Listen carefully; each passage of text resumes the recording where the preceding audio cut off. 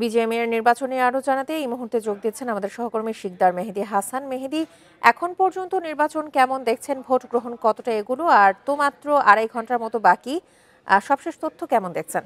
স্বতঃস্ফূর্তভাবেই কিন্তু আসলে এখানে ভোট গ্রহণ চলছে। এখন পর্যন্ত আমাদের সর্বশেষ পাওয়া তথ্য অনুযায়ী যে মোট ভোটার সংখ্যা আছে প্রায় 1800 কিছু অধিক, তার মধ্যে প্রায় 46% ভোট কিন্তু ইতিমধ্যে কাস্ট হয়েছে।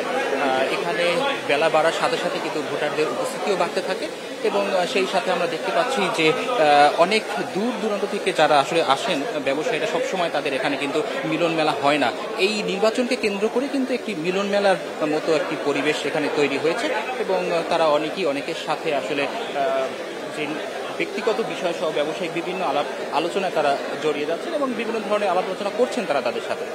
নির্বাচনী যে ব্যবস্থা, সেই ব্যবস্থা নিয়ে যখন তাদের কাছ থেকে জানতে চাওয়া হয়, তারা কিন্তু সকলেই মোটামুটি এখানে আসলে সন্তুষ্টি প্রকাশ করেছেন। বিশেষ করে আপনি জানেন যে বারের তুলনায় বা বিগত সময়ে যে নির্বাচনটা হয়েছিল, সেই বেশ কিছু নির্বাচন কিন্তু প্রশ্নবিদ্ধ ছিল, কিন্তু বর্তমান যে নির্বাচন হচ্ছে, নির্বাচনে কিন্তু 2টি প্যানেলের পাশাপাশি নতুন আরও একটি প্যানেল সংযুক্ত হয়েছে এবং সেটি হচ্ছে ঐক্য পরিষদ। এই ঐক্য পরিষদের যিনি আসলে প্যানেল লিডার ছিলেন, তিনি আমাদের সাথে কথা বলেছেন। তিনি জানিয়েছেন যে তাদের যে এই নির্বাচনী প্রক্রিয়াতে তাদের এই অংশগ্রহণ আসলে নির্বাচনী ব্যবস্থাকে আরও নতুন একটি রূপ প্রদান করবে এবং স্বচ্ছতার দিক থেকেও তারা অনেক এগিয়ে যাবে। এছাড়া অন্য যে সকল প্যানেলের নেতাকর্মীরা রয়েছেন, তারাও কিন্তু এখানে বলেছেন যে এই নির্বাচনী যে ব্যবস্থা, এই ব্যবস্থা নিয়ে আসলে তাদের কোনো ধরনের কোনো অভিযোগ কিন্তু তারা এখন পর্যন্ত আমাদের কাছে করেননি। বিশেষ করে তারা যতটুকু এখন পর্যন্ত যে ব্যবস্থা, সেই ব্যবস্থায় কিন্তু আপনি জানেন যেখানে ইভিএম সিস্টেমটা কিন্তু এখানে আসলে চালু করা হয়নি।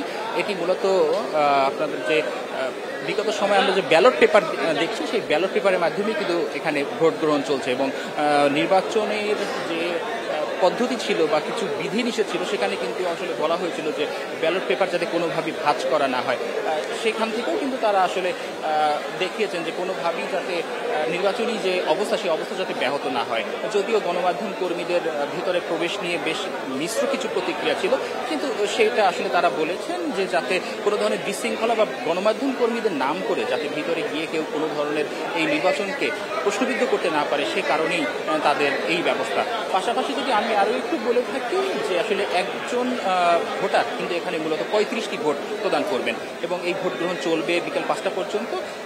যেহেতু এটি আসলে সনাতন পদ্ধতি বা হাতে গণনা করা হবে, তো সেক্ষেত্রে বেশ দীর্ঘ একটি সময় কিন্তু প্রয়োজন হবে। আনুমানিক রাত্র 10টা কিংবা 11টার আগে হয়তোবা এই প্রক্রিয়াটি শেষ হবে না, এমনটাই ধারণা করা হচ্ছে এবং হয়তোবা সামনে ভোট শেষ করতে থাকুন। বিজিএমইএর নির্বাচনের সবশেষ তথ্য নিয়ে জানাচ্ছিলেন আমাদের সহকর্মী শিকদার মেহেদী হাসান।